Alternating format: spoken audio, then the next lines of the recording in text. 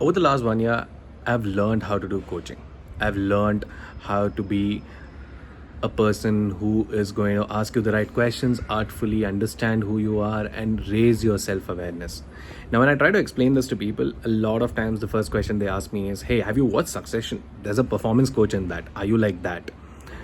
Or they ask me, "Hey, are you like those healers who talk about getting your inner self out, manifestation?" Yes, I am all of that and none of that.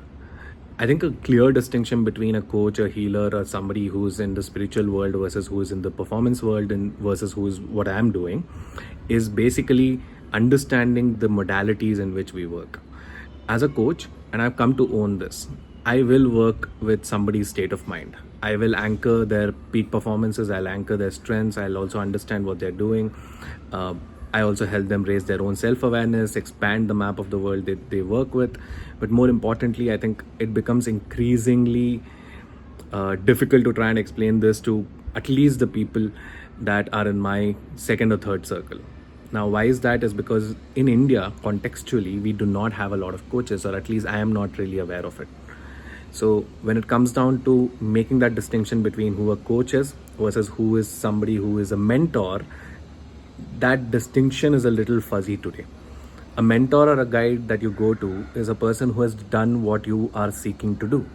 They have enough experience, they have enough insights, and they can guide you wherever you're stuck. Whereas a coach has no expertise in your field but knows how the mind, body, and your soul works. So they work with you to raise your own self awareness using techniques, age old techniques, which I think we have been using forever now and is not new. Techniques like LNP, techniques like CBT, it can be anything and everything. It depends on which modality you work with. For a simple example, if you're listening to this, I want you to actually go ahead and describe when was the last time you were very confident.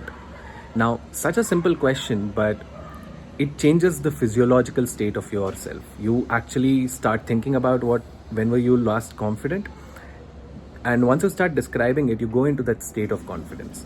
Now, as coaches, we use multiple techniques to anchor that, so that every time you want to feel confident, you can go ahead and anchor that past experience and build that strength to hack confidence. Now, it's not foolproof, nothing is.